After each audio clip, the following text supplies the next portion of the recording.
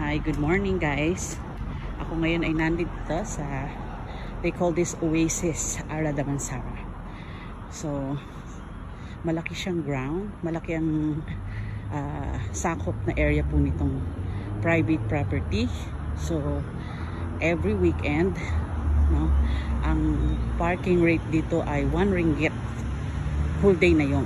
So, nandito kami ngayon para mag-exercise, maglakad-lakad.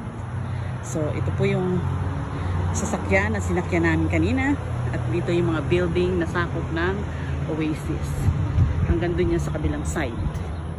So, samahan nyo ako. Nakaisang ikot na po ako. So, tingnan natin kung gaano katagal maglakad. Ilang minuto aabutin po to. Okay, so lampasan na natin yung ating marking point, yung sasakyan. So, lakad po tayo. Let's walk. So, this is not really a brisk walk, but a normal walk. Parang, you know, due to the crisis and the pandemic, kailangan daw po you build your health up. By the way, it's a Sunday.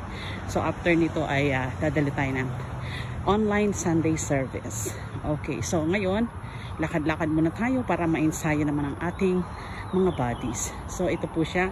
May tinatawag na Oasis Square. Tapos, nakikita nyo pong mga building na yan, condominium po yan. At ito yung office building naman. Meron ding office building banda doon. Ito office building to. Ito mga to condominium. Okay? Yan ang square. So, maraming mga restaurant dyan. May coffee shop. May family mart. Yan. No? So, mga lunchtime, open na sila. And, lalo na sa gabi rin. Pero may mga open din dyan ngayong umaga dahil yung mga gusto mag-breakfast dito, yung mga nag-walk dito, no? Highway na po doon sa kabilang side. So, may mga open garden area sila. Pag gusto nyo mag-rest, pagod na kayo. So, ako po ay hinihinga lang. Hindi na sanay mag-exercise. So, ito yung exit ng parking. Ano? Pag lalabas ka na, dito ang daan. Yung sasakyan.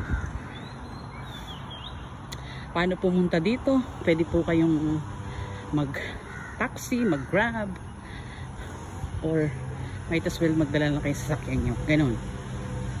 Kasi, parang wala po yata akong makitang way na merong public transport malapit sa area.